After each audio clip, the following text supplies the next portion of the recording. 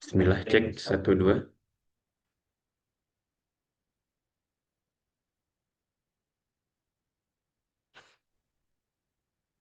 Baik, Bapak Ibu, jamaah Sultan Fatih, alumni Sultan Fatih Tour and Travel yang kami hormati. Insya Allah 2 menit lagi acara akan kita mulai. Sebelum acara dimulai, saya sampaikan untuk mengenai tentang adab-adab kajian pada pagi hari ini, yaitu untuk mendengarkan dan juga mencatat faidah-faidah yang dapat diambil dari kajian pada pagi hari ini. Kemudian kami mohon untuk mematikan speaker atau audio yang Bapak Ibu semua miliki agar kajian pada pagi hari ini berjalan dengan lancar dan juga tanpa adanya gangguan.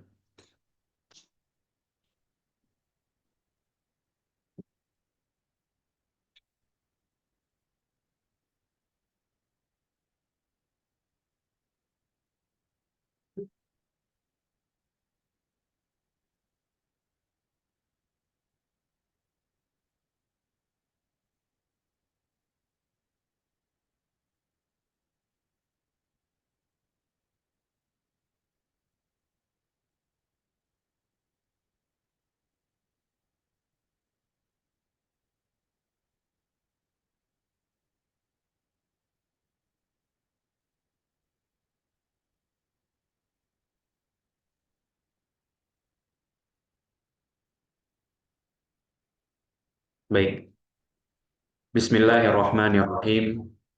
Assalamualaikum warahmatullahi wabarakatuh. Alhamdulillah wassalatu wassalamu ala Rasulillah wa ala alihi wa ashabihi wa man tabi'ahum bi ihsanin ila yaumiddin amma ba'du. Alhamdulillah, puji serta syukur kehadirat Allah Subhanahu wa taala yang mana pada kesempatan pagi hari ini Allah Subhanahu wa taala memberikan kita begitu banyak limpahan nikmatnya, mulai dari nikmat iman, nikmat Islam, nikmat sehat, serta nikmat waktu luang. Kemudian salawat dan salam tak lupa kita curah limpahkan kepada junjungan besar Nabi Muhammad Sallallahu Alaihi Wasallam beserta keluarganya, sahabatnya, dan juga kita pengikutnya. Dan semoga diberikan keistiqomahan untuk menjalankan sunnah-sunnahnya hingga akhir zaman kelak. Bapak Ibu Fatihin yang dirahmati Allah Subhanahu wa taala, alhamdulillah pada pagi hari ini kita berkesempatan untuk menghadiri kajian pada Majelis Taklim Sultan Fatih Tour and Travel. Insya Allah untuk acara pada pagi hari ini akan dimulai dengan pembukaan, kemudian tilawah, dan dimasuki dengan materi yang akan diisi oleh Ustadz Muhammad Azizan.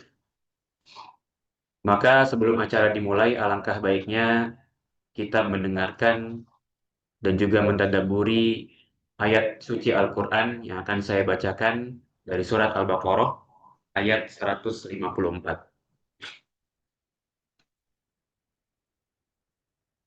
أعوذ بالله من الشيطان الرجيم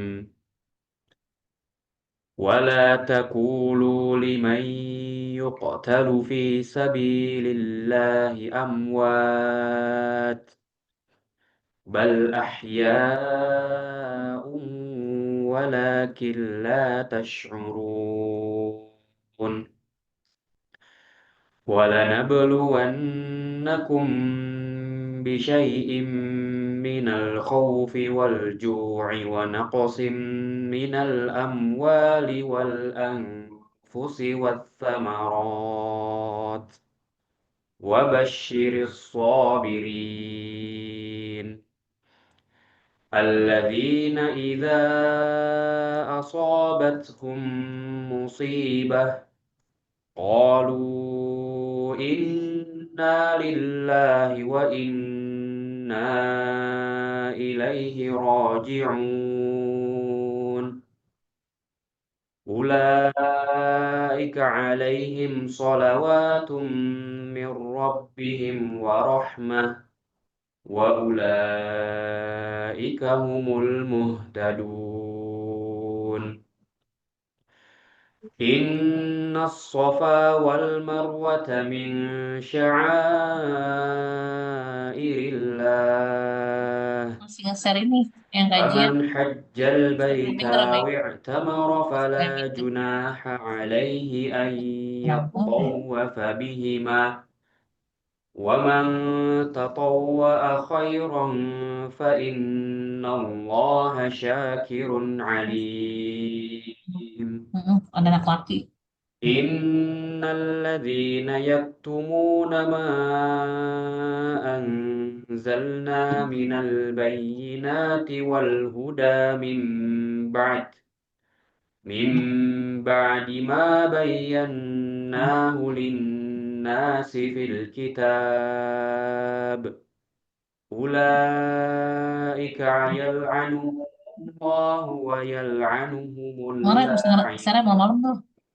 اللاعنون إلا الذين تابوا وأصلحوا وبينوا فأولئك أتوب عليهم وأنا التواب الرحيم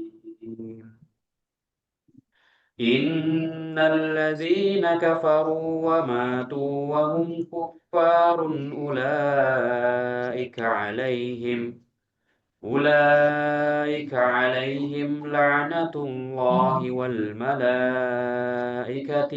Jadi malah keganggu ya والناس jadinya. أجمعين خالدين فيها Siapa? لا يخفف Saya masih عنهم reminderan yang itu. العذاب ولا هم Belum ya? ينظرون وإلهكم Goreng. إله Ini namanya yang goreng. واحد لا إله إلا هو الرحمن الرحيم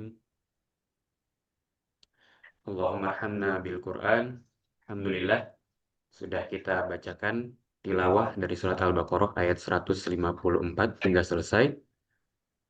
Kemudian saya ingatkan kembali kepada hadirin yang telah hadir pada kajian pada pagi hari ini untuk mencatat dan juga mendengarkan dengan baik dan juga mengambil faidah-faidah yang akan disampaikan oleh pengisi kita pada pagi hari ini, yaitu Ustadz Muhammad Azizan Syahrial, LC/MSI, dengan judul Kiat Meraih Husnul Khotimah. Kepada beliau, waktu dan tempat kami persilahkan.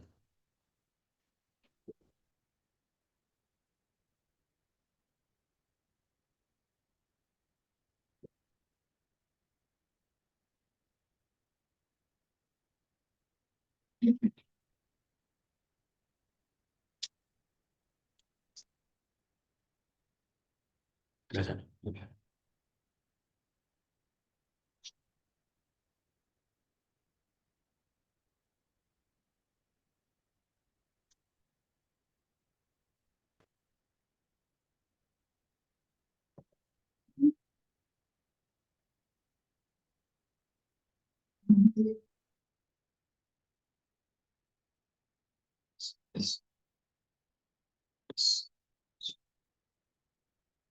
Assalamualaikum warahmatullahi wabarakatuh. Alhamdulillahirabbil alamin wassalatu wassalamu asyrafil anbiya'i wal mursalin sayyidina wa nabiyyina wa maulana Muhammadin wa ala alihi wa ashabihi wa man sara ala nahjihi ila yaumiddin.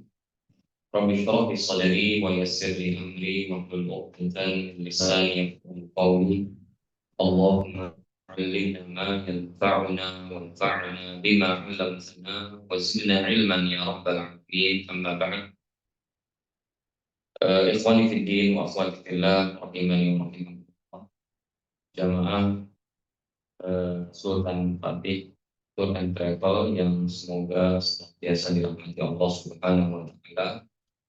Tidak ada kata yang pantas kita ucapkan pada kesempatan pagi hari ini kecuali pujian serta sanjungan yang kita aturkan kepada Allah Subhanahu wa taala atas segala limpahan nikmat dan karunia yang Allah berikan kepada kita semua, wabil khusus nikmat iman, nikmat sehat dan juga nikmat hidayah taufik, sehingga sampai detik ini kita masih diberikan banyak sekali kemudahan-kemudahan Allah untuk melakukan berbagai macam ketaatan.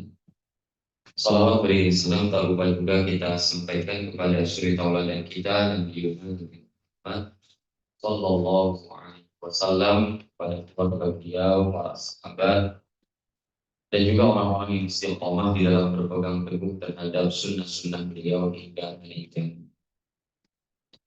Jamaah yang dimuliakan Allah Subhanahu wa Ta'ala, di antara nikmat yang sangat besar yang Allah berikan kepada kita di dunia ini, yang tentunya patut untuk kita syukuri, adalah nikmat dipanjangkannya umur kita sampai detik ini oleh Allah Subhanahu wa Ta'ala, yang dengan kita masih bisa melakukan berbagai macam kebaikan-kebaikan sebagai bentuk mempersiapkan diri kita untuk menyambut kehidupan yang jauh lebih lama dan jauh lebih berat di negeri akhirat kelak.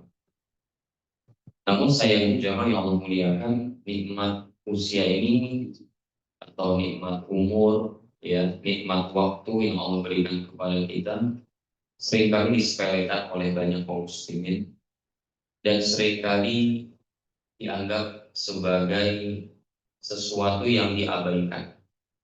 Oleh karenanya Nabi kita Shallallahu Alaihi Wasallam bersabda, ni'matani maghbunun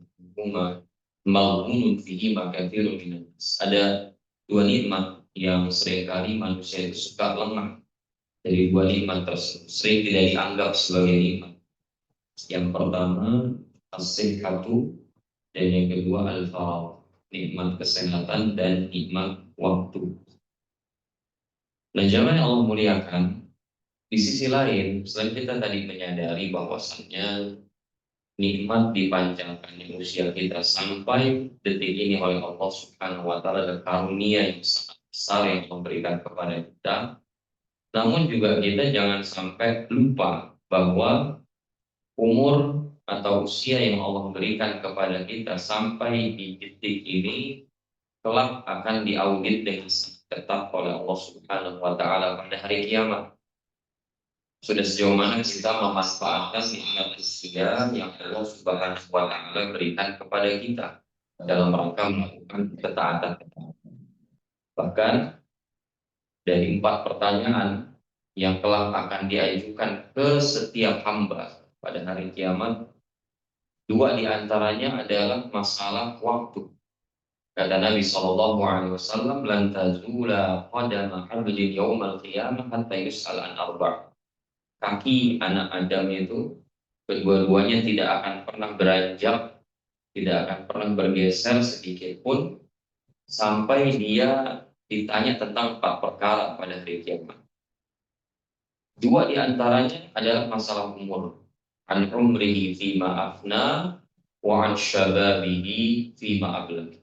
Tentang umurnya secara umum, untuk apa dia habiskan, dan tentang masa mudanya secara khusus, untuk apa dia habiskan masa mudanya tersebut.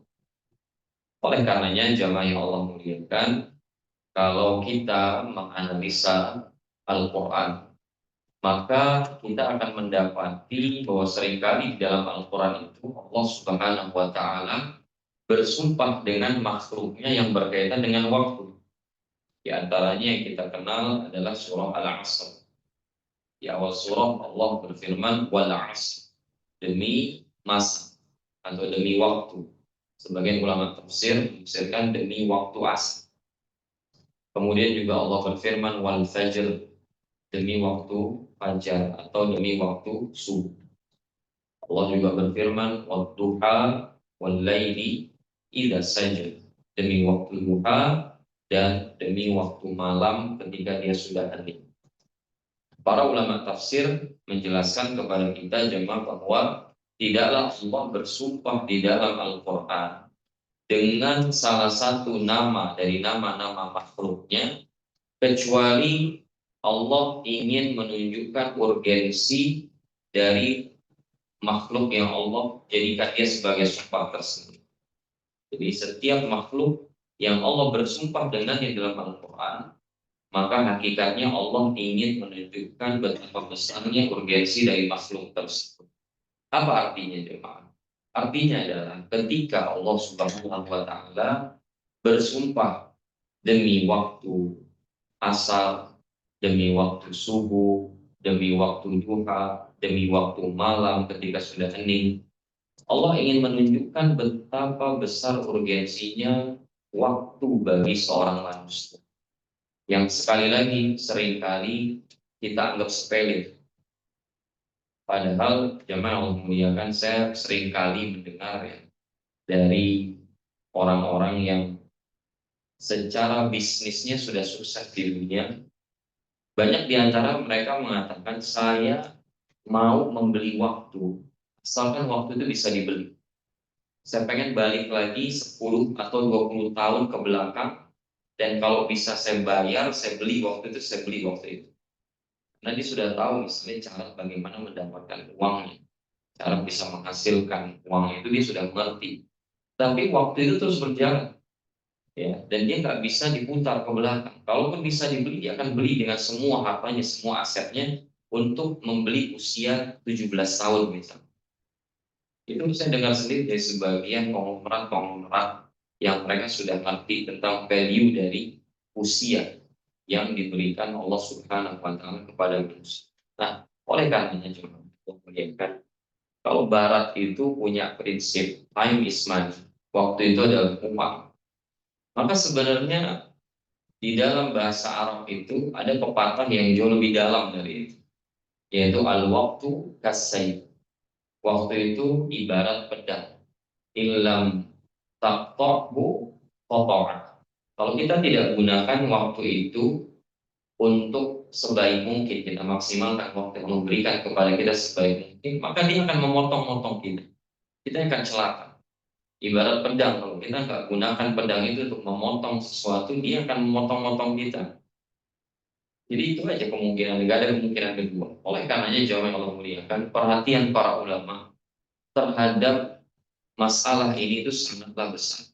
Para ulama kita adalah orang-orang yang sangat menjaga usia mereka dari melakukan hal yang sia-sia.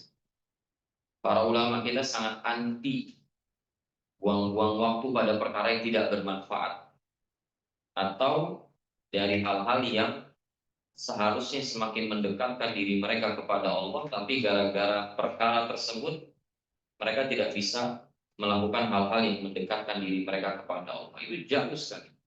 Para ulama kita itu bukan orang-orang yang tipenya itu tidak menghargai waktu, tidak ngerti mahalnya waktu. Bahkan kita tahu kisahnya di antara adalah diriwayatkan dari Al-Imam Nawawi rahimahullah. Al-Imam Nawawi rahimahullah itu nggak pernah punya waktu tidur khusus, ya Pak. Beliau itu mesti kalau tidur itu pegang kitab, berdiri, senderan. Jadi yang ada ketiduran, nggak ada waktu tidur khusus. Kita tahu juga ada beberapa riwayat dari para ulama kita, itu ketika mereka ada waktu, kesempatan buat makan, mereka akan makan roti yang diremukkan, kemudian mereka masukkan ke mulut, remukan atau remahan roti itu, terus kemudian mereka minum. Jadi penting dapat kenyangnya, nggak penting menikmati makanan. Karena kalau menikmati makanan, waktu itu dipakai untuk mengunyah misalnya, itu menghabiskan waktu mereka. Jadi sampai sedetail itu mereka dalam memanfaatkan waktu yang Allah berikan kepada mereka. Mari kita lihat perumpamaan yang disampaikan oleh Al-Imam Ibnul Qayyim rahimahullah. Ibnul Qayyim mengatakan, idha'atul waqt asyaddu minal maut. Membuang-buang usia kita, membuang-buang umur kita pada perkara yang tidak bermanfaat itu jauh lebih jelek daripada kematian. Kenapa? Lianna idha'atul waqt taqta'uka 'anillah wad daril akhirah. Karena membuang-buang waktu, membuang-buang usia kita pada perkara-perkara yang tidak bermanfaat. Ya entah digunakan misalnya main game, nonton, ya hal-hal yang tidak semakin mendekatkan diri kita kepada Allah, tidak meningkatkan iman kita kepada Allah. Itu bisa berpotensi memutuskan hubungan kita dengan Allah dan juga kehidupan akhirat. Itu bahayanya. Di para ulama tuh ngerti banget tentang bahayanya kita buang-buang waktu. Kita pikir kita pakai waktu itu untuk hal-hal yang sia-sia, itu tidak merugikan kita. Tapi bagi para ulama itu sudah sampai level memutus hubungan mereka dengan Allah dan negeri akhirat. Adapun kematian, kenapa dikatakan bahwasannya kematian itu lebih baik daripada buang-buang waktu pada perkara yang tidak bermanfaat? Karena kematian, kata Ibnu Qayyim, yang tahu ka'anid dunia wa akhirah. Kematian itu cuma memutuskan kita dengan dunia dan penghuninya. Jadi sebatas kita berpisah dengan bapak kita, sebatas kita berpisah dengan istri kita, dengan suami, dengan anak-anak. Tapi boleh jadi ada kehidupan yang jauh lebih layak di akhirat daripada kehidupan kita di dunia. Jadi jangan-jangan kehidupan kita yang Allah persiapkan untuk kita di akhirat jauh lebih layak daripada kehidupan di dunia. Jadi kematian itu cuma pindah dari kesengsaraan dunia menuju kemakmuran akhirat. Ada orang yang seperti itu, jangan. Hidupnya serba kesulitan di dunia. Sulit apa aja? Sulit ekonomi, sulit cari jodohnya. Misalnya. Ketika dia meninggalkan kesengsaraan itu menuju kemakmuran negeri akhirat. Itu bagi para ulama kita itu seperti itu. Jadi kematian itu biasa aja bagi para ulama. Jadi bukan berarti biasa tanpa persiapan, bukan. Biasa itu maksudnya tidak jauh lebih buruk daripada dikasih kehidupan, tapi kita tidak memanfaatkannya dengan sebaik mungkin waktu yang Allah berikan kepada kita. Nah, saya ingin agak spesifikkan khususnya bagi sebagian para jamaah Sultan Al-Fatih Tour and Travel yang mungkin usianya sudah 40 tahun, mungkin sudah 50 tahun atau 60 tahun, atau mungkin bisa jadi lebih dari itu. Saya ingin mengingatkan kita semua jamaah tentang firman Allah di dalam surah Fatir ayat 37. Dan kita ingin merenungkan ayat ini pada kesempatan pagi hari ini. Apa kata Allah? A'udzu billahi minasyaitonir rajim. Awalam nu'ammirkum ma yatadhakkaru fihi man tadhakkar wa ja'akumun nadhir. Kata Allah, bukankah kami telah memanjangkan usia kalian dalam masa yang cukup dengan usia tersebut untuk mengambil pelajaran bagi orang yang memang benar-benar mau mengambil pelajaran.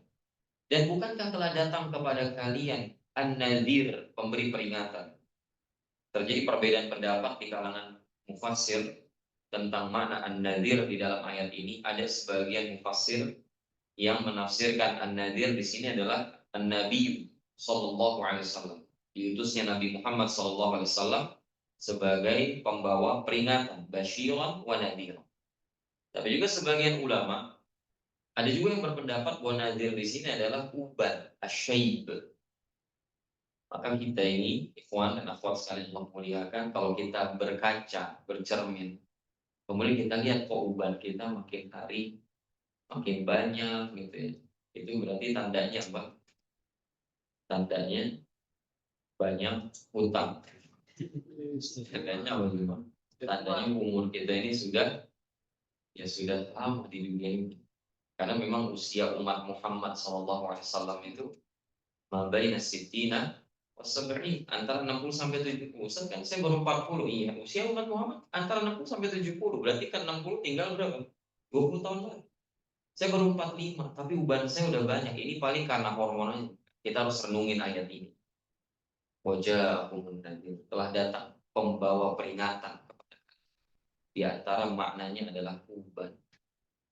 Nah, pertanyaannya adalah berapa umur yang dimaksud di dalam ayat ini oleh Allah? Yang kalau umur segitu itu berarti kita udah nggak ada umur lagi di hadapan Allah nanti hari kiamat. Kata Ibnu Abbas radhiyallahu taala anhuma dan para mufassir yang lainnya, awalam nu'ammirkum sittina sana. Bukankah kami telah memanjangkan usia kalian 60 tahun?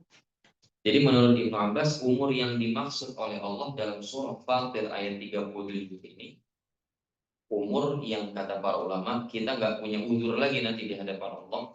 Karena Allah sudah berikan umur tersebut cukup untuk orang-orang yang mau mengambil peringatan, tapi tidak dimanfaatkan.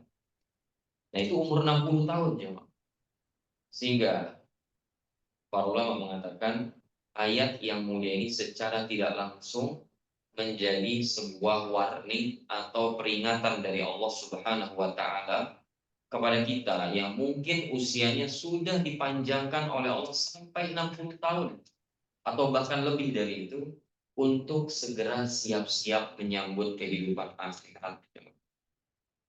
Dan ini ternyata sejalan dengan sabda Nabi SAW dalam hadis yang sahih diriwayatkan oleh Al-Imam Al-Bukhari di dalam sahihnya, a'dzarallahu ila mri'in akhara ajalah hatta ballaghahu sittina sanah. Kata Nabi SAW, Allah akan senantiasa memberikan udzur atau pemakluman bagi semua hambanya yang Allah telah panjangkan umur sampai ketika umurnya 60 tahun, maka di umur segitu tidak ada lagi udzur bagi Allah Subhanahu wa taala. Tidak ada lagi pemakluman sudah bagi Allah Subhanahu wa taala. Makanya para ulama menjelaskan artinya orang yang umurnya sudah 60 tahun itu Allah sudah menyempurnakan semua nikmat, semua fasilitas sudah diberikan oleh Allah kepada orang tersebut. Dan hujjah Allah sudah Allah tegakkan buat orang tersebut. Sehingga nanti pada hari kiamat, orang-orang yang umurnya misalnya diwafatkan nanti di usia 60 tahun, atau mungkin bisa jadi lebih dari itu. Ada yang wafat di usia 65, ada yang 70. Namun dia belum sempat mendekatkan dirinya kepada Allah. Dia belum sempat mengenal agama Islam katanya. Belum sempat mempelajari Al-Quran dan Sunnah. Sampai ajalnya datang di usia 60 atau bahkan lebih dari itu, maka tidak ada udzur bagi hamba tersebut. Karena di usia tersebut menurut para ulama, ya Allah Subhanahu wa taala itu sudah menyampaikan semua fasilitas, sudah disalurkan semua fasilitas. Harusnya di usia segitu menurut para ulama, hamba itu sudah mempelajari hal-hal yang basic dalam agama. Harusnya sudah selesai usia segitu mempelajari masalah akidah, sudah selesai harusnya. Tata cara wudhu yang benar, ya harusnya sudah selesai. Jadi nanti kalau ada orang misalnya usia 60 tahun diwafatkan oleh Allah dalam keadaan wudhunya belum benar, wudhunya bermasalah, akhirnya sholatnya pun bermasalah. Bahkan sholatnya pun tata cara sholatnya belum sesuai dengan tata cara sholat yang dicontohkan oleh Nabi SAW dan diajarkan oleh para ulama. Sholatnya masih suka-suka dia. Belum bisa membaca Al-Quran, subhanallah, di usia 60 tahun. Belum selesai belajar tajwidnya. Ini hati-hati, coba. Ayat tadi itu sekali lagi menjadi warning bagi siapapun di antara kita yang usianya sudah Allah panjangkan sampai 60 tahun. Harusnya di usia tersebut dia sudah selesai belajar ilmu akidah. Dia harus sudah selesai mengenal Allah, mengenal Rasulnya, mengenal agama Islam. Tata cara wudhunya sudah benar, tata cara sholatnya sudah benar, sudah bisa baca Quran. Terlepas dia baca Quran atau nggak baca Quran itu urusan dia. Tapi nggak boleh jamaah, wallahi yang sampaikan, tidak boleh. Orang yang usianya sudah 60 tahun tapi belum bisa baca Quran dengan benar itu jangan sampai. Wallahi berat pertanggungjawaban di hadapan. Dan kalau dia seorang suami atau dia seorang ayah, dia sudah diberikan anugerah oleh Allah berupa seorang istri. Dia sudah diberikan anugerah oleh Allah berupa seorang anak dalam kehidupan ini. Maka seharusnya di usia 60 tahun tersebut sudah selesai jemaah. Dia mempelajari hal-hal yang terkait kewajibannya sebagai seorang suami, kewajibannya sebagai seorang ayah terkait memenuhi hak istri dan anak-anak. Apa hak istrinya? Dia sudah harus mengerti. Apa hak anaknya? Dia sudah mengerti. Apa kewajiban dia sebagai suami, sebagai sosok ayah? Apa saja hal-hal yang berkaitan dengan qawamah dia di dalam rumah? Itu harusnya dia sudah mengerti semua. Dia bukan baru mulai belajar, apalagi belum belajar sama sekali. Usia 60, dikemanain itu? Dan jika dia seorang pedagang, atau dia seorang pebisnis misalnya, di usia 60 dia harus sudah mengerti tentang hal-hal yang berkaitan dengan riba. Dan apa saja model-model transaksi ribawi yang sekarang ya disamarkan dan disembunyikan dalam akad transaksi kontemporer. Agar jangan sampai nanti ada alasan di hadapan Allah ketika dia berbisnis, ya Rob, dulu saya nggak ngerti kalau transaksi saya ini riba, sehingga saya belum sempat bertaubat. Jangan sampai ketidaktahuan kita terhadap hal-hal yang basic, padahal Allah sudah berikan kita usia 60 tahun, itu jadi alasan kita untuk menghindar dari azab Allah. Karena itu nggak akan bisa. Sekali lagi, di usia 60 tahun, menurut para ulama, Allah sudah menegakkan hujahnya atas seluruh hambanya. Hamba tidak lagi punya alasan di hadapan Allah untuk mengatakan saya tidak tahu ya Rob, saya belum bisa ini dulu, saya tidak ada yang mengajarkan, dan seterusnya dan seterusnya. Nah, jemaah yang Allah muliakan, oleh karenanya di usia 40 atau usia 50 atau usia 60 tahun atau bahkan lebih dari itu, inilah usia-usia di mana seorang hamba sudah sepatutnya mulai menyiapkan bekal terakhir, perbekalan terakhir untuk menyambut kehidupan akhirat sebelum ajal datang kepadanya. Nah, pertanyaannya sekarang, apa saja bekal terakhir kita yang bisa kita siapkan sebelum ajal datang menjemput kita? Maka para ulama memberikan beberapa hal, beberapa kiat atau beberapa tips sebagai bekal kita sebelum Allah panggil kita menghadap diri. Pertama, hendaklah seorang itu ketika usianya sudah 40 tahun atau bahkan 50 atau bahkan lebih dari itu, hendaknya dia sudah menyibukkan dirinya untuk beribadah kepada Allah dan mendekatkan dirinya kepada Allah lebih maksimal dari pendekatan dirinya kepada Allah sebelum usia tersebut. Saya ingin sampaikan jemaah perkataan Al-Imam Nawawi rahimahullah yang beliau tuliskan di dalam kitab beliau Riyadhus Shalihin min kalami Sayyidil Mursalin.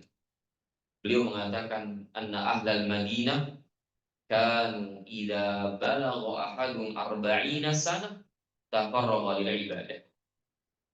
Kata beliau, sesungguhnya penduduk Madinah di masa beliau hidup, kalau di antara mereka ada yang usianya sudah 40 tahun, bukan 50, bukan 60, apalagi 70, 40 tahun. Di antara mereka sudah sampai 40 tahun usianya, apa yang mereka lakukan? Tafarragha lil ibadah. Maka mereka akan menghabiskan waktunya hanya beribadah kepada Allah. Mereka akan sibukkan dirinya hanya untuk beribadah kepada Allah. Pokoknya semua aktivitas, baik itu ibadah mahdhah atau bukan ibadah mahdhah, harus bernilai ibadah di sisi Allah Subhanahu wa Ta'ala. Di usia 40 itu, jemaah yang Allah muliakan, harusnya seorang muslim itu terlihat berbeda. Yang biasanya jarang ke masjid, sudah mulai kelihatan sering pergi ke masjid. Di usia 40 itu startnya biasanya jarang kelihatan di majelis ilmu, mulai kelihatan hadir di majelis ilmu. Di usia 40 atau mungkin lebih dari itu, biasanya nggak pernah puasa sunnah, tapi di usia tersebut dia mulai memperbanyak puasa sunnah. Jadi mulai terlihat perbedaan yang sangat signifikan sebelum usia 40 dengan setelah usia 40. Khususnya kata para ulama, hendaknya di usia segitu dia menjaga hal-hal yang Allah wajibkan saja atas diri. Seperti misalnya menjaga sholat 5 waktu, menjaga puasa Ramadan misalnya, menjaga interaksinya dengan Al-Quran, fokus sudah mendidik anaknya dengan baik, menjalin tali silaturahim yang selama ini mungkin terputus dengan kerabatnya, berbuat baik kepada kerabat, kepada tetangga, hadiri majelis-majelis ilmu, karena Nabi SAW mengatakan thalabul ilmi fardhatun ala kulli muslim. Menuntut ilmu adalah sebuah kewajiban yang Allah tetapkan bagi setiap muslim, serta menjaga dan meningkatkan kualitas serta kuantitas amalan-amalan sunnah. Itu yang dia jaga. Dia jaga amalan fardunya, dia perhatikan sholat 5 waktunya. Kalau dia laki-laki pergi ke masjid, berarti usia 40 udah nggak ada lagi sholat di rumah. 40 itu sudah harus ke masjid laki-laki. Bagi perempuan usia 40 nggak ada lagi tunda-tunda waktu sholat hanya karena nungguin sinetron, tunggu iklan. Itu nggak ada lagi cerita-cerita gitu. Udah itu usia-usia 30 udah selesai, udah capek kita. Usia-usia 30 itu usia main, usia 20 udah habis waktu kita untuk perkara sia-sia. Jangan sampai usia 40 juga masih terbawa suasana. Jangan sampai usia 40 terasanya kita masih seolah-olah kita masih usia 20 tahun, masih 25, masih senang-senangnya menghabiskan waktu untuk perkara sia-sia. Enggak. Ini waktunya kita jaga sholat 5 waktu kita. Umur-umur segini ini waktunya kita jaga kualitas puasa Ramadan kita. Ini yang biasanya iktikaf ngalong, iktikaf ngalong, malam iktikaf, pagi cari nafkah. Itu sudah mulai dipikirkan bagaimana kalau dia ketemu bulan Ramadan 10 hari terakhir dia ambil cuti, dia full iktikaf di masjid dari pagi sampai malam dan seterusnya 10 terakhir, keluar nanti malam takbiran atau pas hari raya Idul Fitri. Di usia 40 itu sudah berbeda, menyikapinya berbeda. Menjaga interaksi kita dengan Quran, ya. Yang tadinya Quran dibaca mungkin sepekan cuma 3 kali, usia 40 tiap hari harus baca Quran, harus berinteraksi dengan Quran. Atau mungkin yang selama ini belum sempat menghafal Quran, usia 40 berusaha menghafal Quran, berusaha saja. Urusan nanti misalnya beneran jadi hafid Al-Quran atau jadi hafid juz 30, itu urusan belakangan. Yang penting perlihatkan effort kita, upaya keras kita kepada Allah. Intasduqillah yasduka. Asal kita jujur kepada Allah, Allah wujudkan apa yang kita tekadkan tersebut. Kemudian usia 40 tadi udah mulai didik anak dengan baik, yang selama ini mungkin sebagai bapak atau sebagai ibu kita abai. Kita sibuk dengan urusan kerjaan kita, ibu-ibu sibuk dengan urusan pekerjaannya, di kantornya, di perusahaannya. Usia 40 sudah waktunya kita kembali, sudah waktunya kita mempersiapkan bekal terakhir kita sebelum kita berjumpa dengan Allah. Yang selama ini mungkin dia memutuskan hubungan silaturahim dengan kerabatnya, tidak. Telan ego kita, jalin kembali hubungan silaturahim kita dengan orang tua kita, yang mungkin hubungan kita sempat renggang dengan orang tua. Mungkin dengan kakak kita sempat renggang, mungkin sama adik kita sempat ada masalah. Usia 40 dan jangan sampai ada ego-ego lagi. Ini usia di mana jangan sampai kita mati dalam keadaan memutuskan silaturahim. Karena Nabi SAW bersabda, la yadkhulul jannah qati'. Tidak akan masuk surga orang yang memutuskan silaturahim. Jangan sampai kita termasuk hamba-hamba yang terkena ancaman tersebut. Yang punya harta lebih, ya kalau bisa umroh tiap bulan, ya yang bisa haji lagi. Dia maksimalkan harta yang dia punya untuk semakin mendekatkan dirinya kepada Allah. Jamaah yang Allah muliakan, Nabi SAW menyebutkan bahwa di antara tanda, di antara ciri bahwa Allah tuh menginginkan kebaikan pada diri seorang hamba adalah Allah Subhanahu wa Ta'ala akan menyibukkan dia melakukan kebaikan-kebaikan menjelang ajalnya datang. Itu di antara tanda, kata Nabi SAW, di antara tanda Allah tuh inginkan kebaikan pada hamba tersebut. Hamba tersebut sebelum ajal itu biasanya akan disibukkan dengan melakukan berbagai macam ketaatan. Di dalam hadis yang diriwayatkan oleh Al-Imam Tirmidzi rahimahullah dari Anas bin Malik radhiyallahu taala anhu, Nabi SAW bersabda, "Idza aradallahu bi'abdin khayra ista'malah." Jika Allah menginginkan kebaikan pada diri seorang hamba, maka Allah akan memakai hamba tersebut. Faqila, maka kemudian ada yang bertanya kepada Nabi SAW, "Kaifa yasta'miluhu ya Rasulullah?" Bagaimana Allah menggunakan hamba tersebut? Gimana maksudnya Allah memakai hamba tersebut ya Rasulullah? Maka kata Nabi SAW, "Yuwaffiquhu li'amalin salihin qabla al-maut." Allah akan berikan hamba tersebut taufik untuk beramal saleh sebelum kematian datang menjemputnya. Jadi Bapak Ibu yang Allah muliakan, kalau lihat misalnya tetangga kok kayaknya udah rajin ke masjid gitu kan, Padahal biasanya nggak pernah rajin. Berarti jangan-jangan apa? Jangan-jangan udah dekat aja. Ya jangan-jangan udah dekat aja. Tapi nggak apa-apa. Kan kita semua menuju kepada kematian. Yang penting sebelum ajal datang, bagaimana kondisi kita. Jadi makanya para ulama mengatakan ta'addadatil asbab wal mautu wahid. Sebab kematian itu banyak.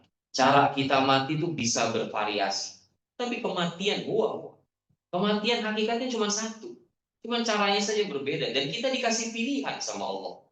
Mau matinya dalam keadaan husnul khotimah atau su'ul khotimah. Makanya Allah berfirman, "Fala tamutunna illa wa antum muslimun." Jangan kalian mati kecuali dalam keadaan Islam. Artinya kematian itu urusan Allah. Yang tahu kapan orang itu akan mati hanya Allah. Tapi bagaimana cara orang itu mati diserahkan kepada hamba itu sendiri. Allah tidak intervensi hamba dalam masalah ini. Siapa yang berusaha, siapa yang jujur ingin mendapatkan kematian yang baik atau husnul khotimah, Allah mudahkan dia untuk mendapatkan husnul khotimah. Tapi yang cuman berangan-angan, jamaah yang Allah muliakan, cuman ingin, cuman ngarep, tapi tidak menempuh sebab-sebabnya, ya tidak ada yang bisa menjamin apakah dia benar akan mati dalam keadaan husnul khotimah atau enggak. Ini kan tentang kejujuran sebenarnya. Kita jujur gak ingin mendapatkan husnul khotimah. Kalau jujur, orang yang jujur akan membuktikannya dengan melakukan berbagai macam sebab-sebab yang bisa mengantarkan dia kepada husnul khotimah. Itu yang pertama. Seseorang yang sudah 40 tahun, 50 tahun, atau mungkin lebih dari itu, maka hendaknya dia kesibukan utamanya adalah beribadah kepada Allah. Untuk hobi, ya bolehlah, gak ada masalah. Tapi mulai dikurangin gitu. Hal-hal yang sia-sia mulai dikurangin. Jadi hari-hari itu dihabiskan sholat sunnah, puasa sunnah, baca Quran, ikut taklim, ya. Apalagi, mohon maaf sekali, yang sudah pensiun, apa udur antum? Dulu antum ya dipanggil oleh panitia kajian untuk ikut kajian. Alasannya adalah saya masih aktif kerja, Afwan. Saya nggak bisa hadir karena kajiannya pagi misalnya. Karena kajiannya weekday, bukan weekend. Nah sekarang Allah kasih pensiun. Dan masih Allah kasih panjang umur di usia 50, 60. Apalagi alasannya untuk kita nggak belajar taksin misalnya. Apalagi alasannya untuk kita tidak menyibukkan diri kita untuk menghadiri kajian yang satu ke kajian yang berikutnya. Sudah lelah kita untuk menghabiskan umur kita pada hal-hal yang tidak semakin mendekatkan diri kita kepada Allah Subhanahu wa Ta'ala. Yang kedua, jemaah yang Allah muliakan, sebagai bekal kita untuk menghadap Allah Subhanahu wa Ta'ala, hendaknya kita berusaha untuk berhenti dari berbagai macam kemaksiatan-kemaksiatan atau kebiasaan-kebiasaan buruk yang biasa kita lakukan sebelum menginjak usia tersebut. Agar jangan sampai ketika kematian datang menghampiri kita, kita masih berada di atas kebiasaan buruk tersebut. Oleh karenanya, di dalam riwayat yang dibawakan oleh Al-Imam Al-Ghazali rahimahullah dan yang lainnya, ya, dari Nabi SAW, man jawazal arba'in, siapa yang sudah melewati usia 40 tahun, apalagi sudah 50, sudah 60, walam yadlib khairuhu ala syarrihi, sementara kebaikannya itu belum juga mendominasi keburukannya. Artinya keburukan itu masih lebih dominan dalam hidupnya. Falyatajahhaz ilan nar, maka hendaklah dia bersiap untuk menempati neraka jahanam. Waliyadzubillah. Dan ini jemaah yang Allah muliakan, katakanlah hadis ini secara sanad diperdebatkan oleh para ulama. Apakah hadis ini dhaif atau hadis ini hasan dan derajatnya terangkat? Terlepas dari perdebatan para ulama terkait kesahihan hadis ini ternyata tidak datang hanya dengan wacana, tapi juga dengan latar belakang yang cukup kuat. Al-Imam Ibrahim An-Nakhai rahimahullah, beliau mengatakan, kenapa Di dalam riwayat ini dikatakan orang itu kalau sudah lewat 40 tahun, tapi kebaikan-kebaikannya belum juga mendominasi keburukannya, maka hendaklah dia persiapkan dirinya untuk dibakar di dalam neraka. Karena menurut Al-Imam Ibrahim An-Nakhai rahimahullah, bahwa ketika seorang hamba sudah mencapai usia 40 tahun, dan dia masih berada di sebuah perangai tertentu, bisa jadi perangai itu baik, bisa jadi perangai itu buruk, maka ia tidak akan pernah berubah dari perangai tersebut sampai ajal datang menjemput. Itu yang dikhawatirkan. Makanya ketika kita sudah usia 40 ini, jemaah, perbanyak kebiasaan baik, perbanyak kebaikan-kebaikan, dan kita biasakan. Kita biasakan kebaikan-kebaikan tersebut. Karena sungguhnya para ulama punya kaidah, annahu man 'asha 'ala syai' mata 'alaihi. Sesungguhnya orang itu kalau hidup di atas pola tertentu, maka Allah pasti akan mewafatkan dia di atas pola tersebut. Gak akan jauh kematian hamba tersebut dari pola atau kebiasaan dia selama ini. Makanya ketika seorang hamba itu kebiasaannya itu masih yang buruk-buruk, menginjak usia 40 tahun, dikhawatirkan. Memang hidayah di tangan Allah, kita nggak boleh pesimis.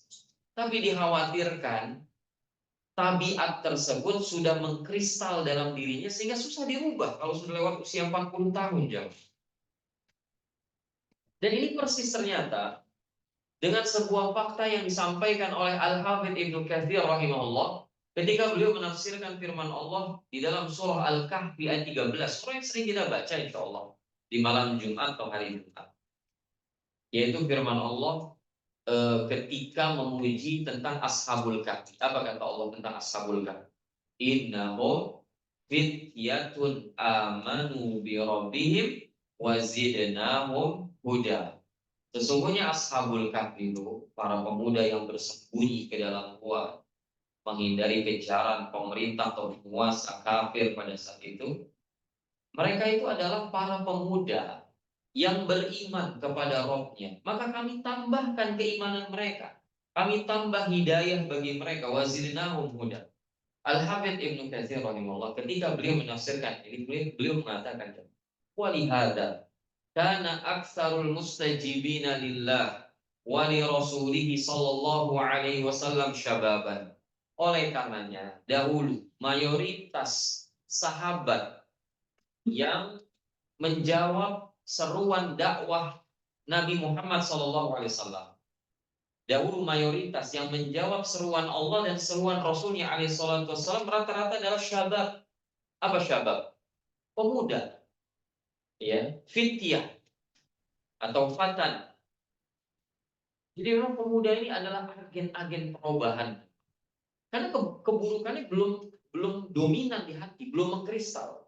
Sehingga lebih mudah diarahkan kepada kebaikan insya Allah. Sebagaimana juga sebenarnya mudah diarahkan ke arah keburukan. Ini tergantung siapa yang mengelola mereka, siapa yang memanage anak muda. Tapi lihat poinnya jemaah. Kita lihat ke sejarah Nabi kita SAW ketika dulu beliau berdakwah. Yang pertama kali menerima dakwah beliau siapa? Orang tua atau anak muda? Anak muda. Tanpa mengecilkan peranan orang tua pada masa itu. Tentu ada, misalnya ada Hamzah, paman Nabi, Hamzah bin Abdul Muttalib, misalnya ada Abu Sufyan. Abu Sufyan juga terakhir kali masuk Islamnya belakangan setelah Fatu Makkah. Ini cuma untuk melihat 10 orang al-asyru al-mubasysyirina bil jannah, 10 sahabat yang dijamin surga. Itu ketika Nabi menyampaikan Abu Bakar fil jannah, Umar fil jannah, Utsman fil jannah, belum ada yang usia 40 jam. Itu 10 orang dijamin surga, belum ada yang injak usia 40 pada saat Nabi menyampaikan itu. Jadi subhanallah. Perawi hadis coba untuk lihat. Perawi hadis terbanyak siapa jemaah? Siapa yang paling banyak meriwayatkan hadis dari Nabi? Di kalangan sahabat siapa? Abu Hurairah radhiyallahu taala. Itu usianya menurut para ahli sejarah ketika Nabi wafat, itu usia Abu Hurairah baru sekitar 38 tahun. Dan beliau termasuk yang paling tua dari perawi hadis terbanyak. Setelah Abu Hurairah siapa yang paling banyak meriwayatkan? Aisyah. Aisyah radhiyallahu anha. Umur Aisyah berapa jemaah ketika Nabi wafat? Ketika Nabi wafat umurnya berapa? Baru 17 tahun. 17 tahun. Itu juga jadi ahli ilmu. Jadi perawi hadis terbanyak nomor 2 setelah Hurairah. Setelahnya siapa jemaah? Setelah Aisyah siapa? Ibnu Umar. Berapa Ibnu Umar umurnya jemaah ketika Nabi wafat? Baru 20 tahun. Subhanallah. Ibnu Abbas. Nabi wafat baru sekitar 14 tahun umurnya. Itu bayangin, itu anak-anak muda di sekeliling Nabi SAW. Betul, makanya kata Al-Hafidz Ibnu Katsir, yang pertama kali merespon seruan Allah dan Rasulnya itu anak muda di awal dakwah Nabi SAW. Ali bin Abi Thalib masuk Islam usia berapa ya? Usia sekitar 13 tahun. 13 tahun itu harus bisa nentuin kemana arahnya beliau, kemana akidah yang beliau yakini. Coba lihat bagaimana anak muda di masa Nabi kita Sallallahu Alaihi Wasallam. Wa ammal masyayikh min Quraisy, kata Ibnu Katsir. Adapun orang-orang tua sepuh-sepuh dari kalangan Quraisy, fa'ammatuhum baqu ala dinihim. Mayoritas mereka itu masih tetap berada di atas agama nenek moyangnya. Walam yuslim minhum illa qalil, dan tidak ada yang masuk Islam kecuali segelintir. Kenapa bisa begitu? Kembali lagi kepada sebuah teori yang disampaikan tadi oleh Al-Imam Ibrahim An-Nakha'i, bahwasannya orang itu kalau sudah 40 tahun mempertahankan kebiasaan buruknya, sulit merubahnya. Antum yang masih depan anak ini, Masya Allah, masih belasan tahun umurnya, kurang lebih 50. Kalau sebut ya, nanti kan belasan tahun, 17 semua nih ya. Nah, itu jangan sampai kita memelihara kebiasaan buruk kita sampai di usia 40, karena begitu usia 40 susah merubahnya. Mulai diganti kebiasaan-kebiasaan buruknya dengan kebiasaan-kebiasaan yang biasa begadang. Anak muda kenapa biasa begadang? Kan umurnya panjang. Anak muda waktunya masih lama. Nggak tahu tiba-tiba hipertensi, kena serangan jantung, wafat dia. Gitu. Jadi perlu diperhatikan. Yang ketiga, yang hendaknya dilakukan oleh seorang yang usianya sudah 40, 50 atau mungkin lebih dari itu, hendaknya dia memperbanyak istighfar, memohon ampun kepada Allah atas segala dosa-dosa dan atas segala kekurangan-kekurangannya selama ini dalam menjalankan perintah. Karena istighfar itu bukan hanya atas dosa. Istighfar itu atas keteledoran kita, atas kekurangan kita, taksir, ya, sikap menyepelekan dalam melaksanakan kewajiban itu juga perlu diistighfarkan. Makanya kan jamaah yang Allah muliakan, setelah kita sholat, Nabi Muhammad SAW kalau di sholat apa? Zikir pertamanya. Istighfar salat. Beliau minta ampun kepada Allah 3 kali. Assalamualaikum warahmatullahi wabarakatuh. Astagfirullah. Astagfirullah. Astagfirullah. Rabbi ighfirli wa tub 'alayya innaka antat tawwabur rahim. Wa tub 'alayya innaka antat tawwabur rahim. Rabbi ighfirli wa 'alayya innaka antat tawwabur. Itu habis sholatnya. Dan siapa yang meragukan kualitas sholatnya Nabi Muhammad? Siapa yang meragukan? Coba. Beliau yang paling perfect sholatnya jemaah. Tapi habis sholat istighfar. Atas apa coba? Kalau kita wajar istighfar. Kalau kita lagi sholat mikir cucian, orang kita lagi sholat mikirin akhwat gitu kan, yang kita khidbah, nerima apa enggak gitu kan. Nabi mikirin apa jemaah kalau sholat? Gak ada yang dipikirin kecuali Allah. Fokus sudah. Iqbal ala Allah. Beliau betul-betul menghadapkan hati dan wajahnya kepada Allah. Nah, ini keterangan jemaah. Kami ambil dari pelajarannya. Kami ambil dari turunnya surah An-Nasr kepada Nabi SAW. Jadi An-Nasr itu kan termasuk surah, bukan wahyu. Ya, wahyu, bentuk satu surah yang terakhir turun kepada Nabi SAW. Jadi nggak banyak. Surah satu paket terakhir turun kepada Nabi nggak banyak di antara An-Nasr. Kalau potongan ayat mungkin ada di antara Al-Maidah, Al-Yawma akmaltu lakum dinakum, ya, atau surah Al-Baqarah itu di rangkaian ayat riba. Ya, wattaqu yawman turja'una fi ilallah. Tapi kalau satu surah, satu paket gitu, satu surah. An-Nasr itu di antara yang terakhir kali turun kepada Nabi SAW. Ya. Dan An-Nasr itu cuma di ujung ayatnya, di ujung surahnya itu ada ayat yang berbunyi apa? Fasabbih bihamdi rabbika wastaghfir innahu kana tawwaba.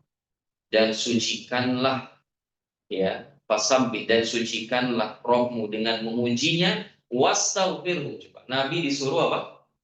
Beristighfar, disuruh minta ampunan kepada Allah. Dan surah An-Nasr ini kaitannya sama ini jemaah, sama Fatu Makkah. Dan Fatu Makkah itu kan luar biasa. Idza jaa nasrullahi wal fath wa ra'aitan nasa yadkhuluna fi dinillahi afwaja, kan manusia berbondong-bondong masuk, itu prestasi besar. Pencapaian yang sangat luar biasa, jemaah. Bahkan dikatakan Fatu Makkah itu pencapaian tertingginya Nabi kita SAW. Bayangin Jazirah Arab dulu yang semuanya penyembah-penyembah berhala kemudian masuk Islam semuanya, kecuali satu kabilah yang diperangi oleh Nabi di perang Hunain itu. Ya, dapat prestasi besar tapi disuruh istighfar. Dapat prestasi besar tapi disuruh istighfar. Dan kita tahu bahwa ini surah turun menjelang wafatnya Nabi. Makanya ketika Umar melibatkan Ibnu Abbas untuk datang di sebuah forum para veteran perang Badar pada saat itu. Dan pada saat itu para veteran perang Badar agak cemburu juga dengan Ibnu Abbas. Kenapa Umar bawa anak kecil gitu? Karena ini pertemuan-pertemuan para senior, para sahabat-sahabat senior lah istilahnya. Maka ada yang komplain gitu kepada Umar, wahai Umar, kenapa engkau bawa anak kecil sih? Kalau anak kecil kami juga punya anak, tapi kami nggak bawa. Ya, maka kata Umar, ya ini seperti yang kalian tahu, ini anaknya Al-Abbas ibn Abdul Muttalib, ini sepupu Nabi SAW. Kalian tahulah kecerdasannya, kejeliannya, kejeniusannya. Dites sama Umar satu persatu tentang tafsir dari surah An-Nasr. Masing-masing para sahabat pada itu menafsirkan secara zahirnya saja. Oh, itu kemenangan, itu Fatu Mekah, ayat itu, surah itu berbicara tentang Nabi diperintahkan istighfar dan seterusnya. Pas tanya Ibnu Abbas, wahai Ibnu Abbas, apakah itu pendapatmu juga? Dan Ibnu Abbas enggak. Huwa ajalu Rasulullah sallallahu alaihi wasallam. Surah An-Nasr itu adalah tanda dekatnya ajal Nabi SAW. Dan akhirnya satu forum itu sepakat dengan tafsiran Ibnu Abbas bahwa surah An-Nasr itu datang sebagai peringatan bahwa ajal Nabi itu sudah nggak lama lagi. Maka Ibunda Aisyah radhiyallahu taala juga beliau menyampaikan, karena Rasulullah sallallahu alaihi wasallam yuktiru fi akhir umrihi min qawli subhanallahi wa bihamdihi astaghfirullah wa atubu ilaih. Ibunda Aisyah radhiyallahu anha menjadi saksi bahwa di antara zikir yang sering kali diucapkan Nabi di akhir kehidupan beliau sebelum wafatnya adalah zikir subhanallahi wa bihamdihi, Maha suci Allah dan segala puji hanya baginya.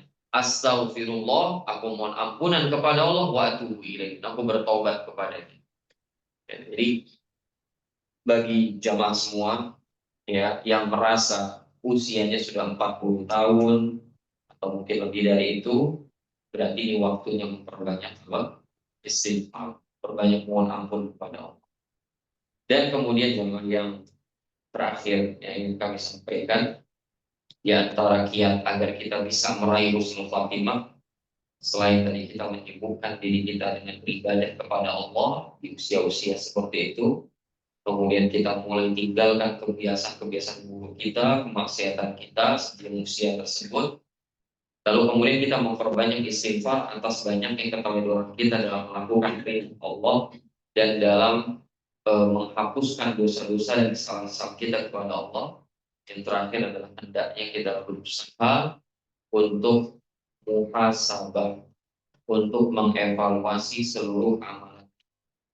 Allah Subhanahu wa taala berfirman, ya ayyuhalladzina amanu taqullaha wal tanzur nafsun ma qaddamat lighad. Wahai orang-orang beriman, kalian bertakwalah kepada Allah dan perhatikan, dan hendaknya setiap jiwa itu memperhatikan apa yang sudah dia persiapkan untuk hari esok. Hari esok itu apa maksudnya?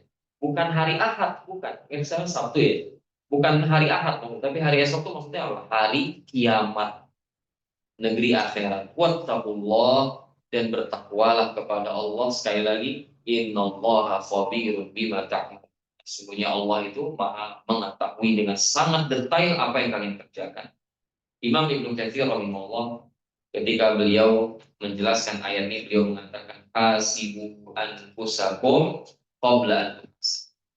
Ayat ini memerintahkan kepada kita agar kita menghisap diri kita, mengevaluasi diri kita sebelum kita nanti dievaluasi dan diaudit oleh Allah Subhanahu wa taala. Wanzuru ma daddakhartum li anfusikum minal a'mali shalihah liyaumi ma'adikum wa 'aradikum 'ala rabbikum.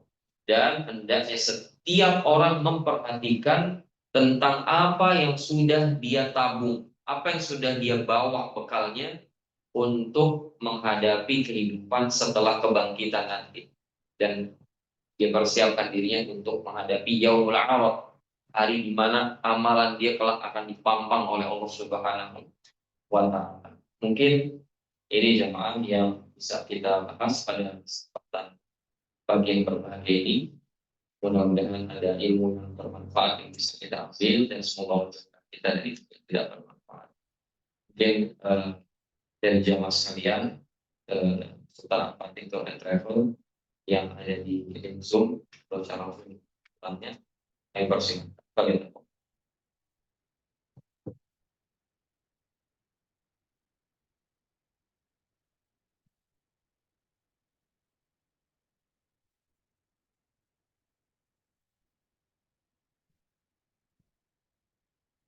Ada pertanyaan dari Zoom? Dari Zoom belum ada. Kita tunggu sampai besok.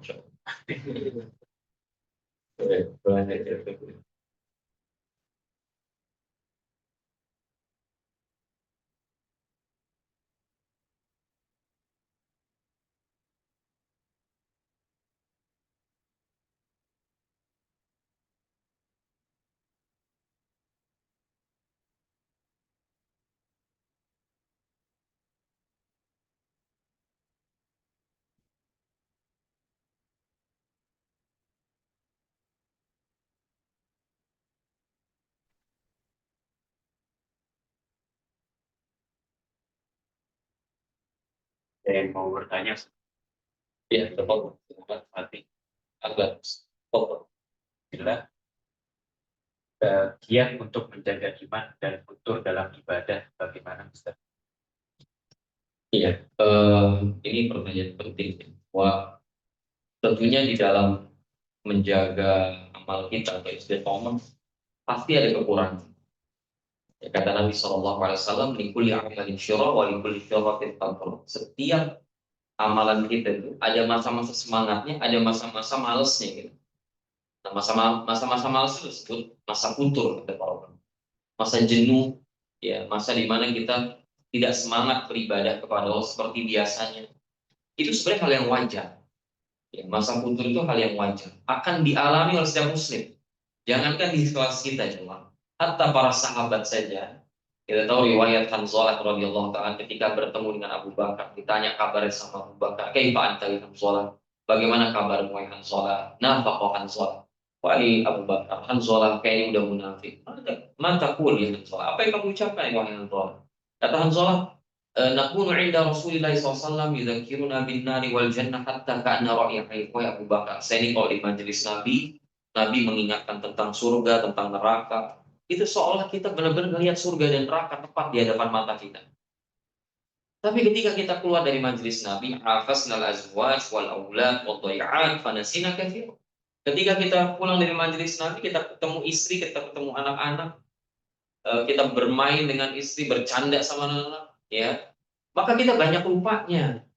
Nggak kayak tadi di majelis Nabi. Kata Abu Bakar, "Wallahi demi Allah, itu juga yang saya rasakan." Yang jam Abu Bakar ini, kata tabiin, iman Abu Bakar itu kok ditimbang di satu apa namanya timbangan. Kemudian iman seluruh penduduk bumi kecuali para nabi dan rasul di timbangan yang satunya itu masih lebih berat iman Abu Bakar. Ini masih ngalamin yang namanya masa futur. Dan kata oleh karena kedua sahabat yang mulia ini datang kepada Nabi SAW dan mereka bertanya, Rasulullah gimana kami ini kalau di majelismu kami melihat engkau menjelaskan kami tentang surga dan neraka, soal kami melihat surga dan neraka dengan mata kepala kami sendiri. Tapi kalau kami pulang, kami banyak lupanya, kami banyak menghabiskan waktu mungkin untuk hal yang sia-sia. Maka kata Nabi SAW, lau kuntum talumuna alamat takununa indi atau kalau seandainya kalian kondisinya di luar majelisku seperti di majelisku la safahatkumul malaika ala furushikum wa ala turukikum, maka para malaikat pasti akan menyalami kalian di ranjang-ranjang kalian dan di jalan-jalan yang kalian lewati. Artinya kalian menjadi malaikat kalau gitu. Kan cuma malaikat yang iman stabil, walakin as-sa'ah was-sa'ah. Tapi kata Nabi ada kalanya iman itu naik, ada kalanya iman itu turun. Nah, gimana caranya kita menjaga konsistensi itu? Pertama, kata para ulama, dalam kondisi seperti itu jangan sampai minimal meninggalkan amalan fardu. Jangan sampai ninggalin amalan fardu. Kalau kita lagi lemah sholat duha, kita lagi lemah sholat qiyamul lail, jangan sampai ninggalin sholat subuh kalau laki-laki berjamaah. Jangan sampai nunda-nunda waktu sholat sampai waktunya habis. Jaga amalan fardu.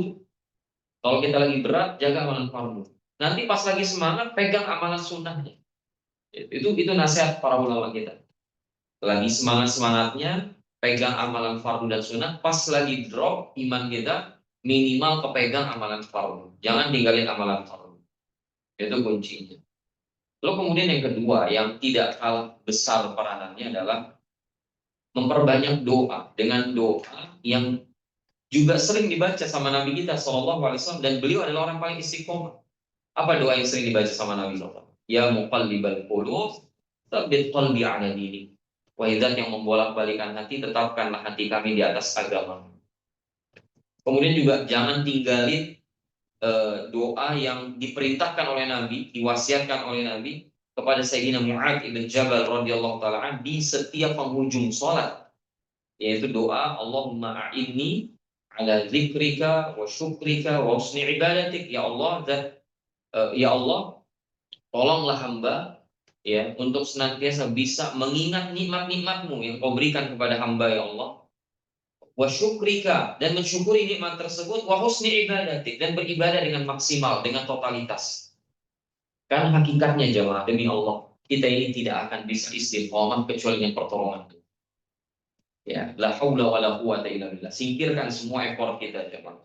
Karena pada akhirnya ya, kita bisa beribadah, kita bisa istiqomah itu semata-mata karena adanya pertolongan dan taufik dari Allah Subhanahu wa taala. Maka hati ini jangan sampai bergantung kepada potensi diri. Hati ini harus terus bergantungnya kepada Allah. Menyandarkan hati terus kepada Allah Subhanahu wa taala. Allah taala. Ada lagi? Ada satu pertanyaan lagi. Allah. Assalamualaikum Ustaz.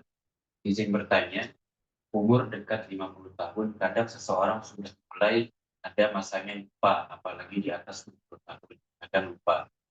Yang paling sering ketika sholat, apalagi ada yang saya dengar setan mengganggu. Bagaimana agar kita meminimalkan hal ini? Mohon penjelasannya Ustaz. Jazakumullah. Iya. Jadi kata Allah, wa ma ansani illa syaitanu an adhkur. Jadi memang lupa itu mayoritasnya itu terjadi karena adanya bisikan-bisikan dari syaitan, ada gangguan dari syaitan. Ya, jadi bukan hanya faktor umur semata ya, tapi ketika seorang banyak lupa, sering lengah, sering lalai, memang ada peranan syaitan. Makanya yang perlu kita lakukan ketika kita tahu hal tersebut, kita tahu bagaimana besar influence syaitan kepada kita, maka hendaknya kita memperbanyak isti'adzah. Ya, memperbanyak isti'adzah. Ketika dalam sholat contohnya, makanya setiap kita mau ibadah, khususnya baca Quran, ketika kita belum pegang mushaf nih jamaah, jebakan syaitan itu apa buat kita? Dibikin males kita kan pegang mushaf. Padahal kalau kita udah pegang, kita baca, nyaman, nggak ada apa-apa. Emang kenapa? Kepanasan gitu kita kalau pegang mushaf kan enggak. Tapi dibikin berat kan kita. Dibikin males banget kita pegang mushaf. Ngelihat mushaf tuh males sama syaitan. Nanti pas kita sudah bisa pegang mushaf, kita baca Quran, ada jebakan yang kedua. Ya, dibuat kita tidak khusyuk, dibuat kita ngeblank, dibikin ngantuk kan. Nah, itu yang sering kali terjadi tuh. Khususnya bagi yang udah 50 60. Jadi baca ayat 76 tiba-tiba loncat kayak 102 gitu. Tiba-tiba udah 1 juz aja gitu kan. Padahal tadi udah berapa ayat. Nah, itu masalah di kita juga tuh. Masalah ngantukan dari mana? Syaitan. Makanya sebelum kita baca Quran diperintahkan untuk fasta'id billah minasyaitonir rajim. Nah, begitu juga ketika kita sholat, kemudian ada gangguan lupa rokaat, ya, lupa rokaat. Kalau usia 50, 60 ya masih wajar lah lupa rokaat sholat zuhur asar. Ini usia 25 tahun lupa rokaat sholat subuh, ini kan banyak ya, cuma 2 rokaat dan kita ngeblank gitu. Nah, itu muskilah, musibah gitu. Nah, maka ya ketika terjadi lupa seperti itu, kita lakukan apa yang diajarkan oleh Nabi kita SAW, isti'adah. Ya, a'udzubillah min a'udzubillahi samil alim minasyaitonir rajim min hamzihi wa nafthihi wa nafsihi. Kemudian agak meludah, bukan bukan ngumpulin dahak juga gitu ya, tapi kayak apa sih? Yang membuang ludah sedikit gitu ke arah kiri kita. Itu di antara anjuran dari Nabi SAW. Memang eh, ketika usia semakin menua, ada memang faktor di mana motorik mungkin sudah mulai berkurang, daya ingat mulai berkurang, tapi itu pahamilah ya, bukan satu-satunya faktor. Kita tahu para ulama kita aja, kibar ulama kita, baik di Saudi, baik di Mesir, di Yordania, Syekh Soleh Fauzan misalnya, ya itu masih kuat hafalannya jemaah. Kalau dimintai fatwa masih bisa. Kalau orang dimintai fatwa, nggak mungkin hafal dalil jemaah. Makom udah mufti itu makom tertinggi, mujtahid itu udah tertinggi makomnya. Ketika dimintai fatwa nggak hafal ayat, nggak hafal hadis, nggak tahu derajat hadis, mana mungkin. Tapi di usia 80-an tahun beliau masih bisa untuk menghadirkan hafalan itu. Ini bukan berarti orang udah tua berarti wajar, maksudnya enggak, ada pengaruh syaitan di situ. Makanya isti'adah, ya. Isti'adah sebelum kita memulai suatu ibadah, khususnya baca Quran tadi. Allah Ta'ala. Ada lagi? Yang lain?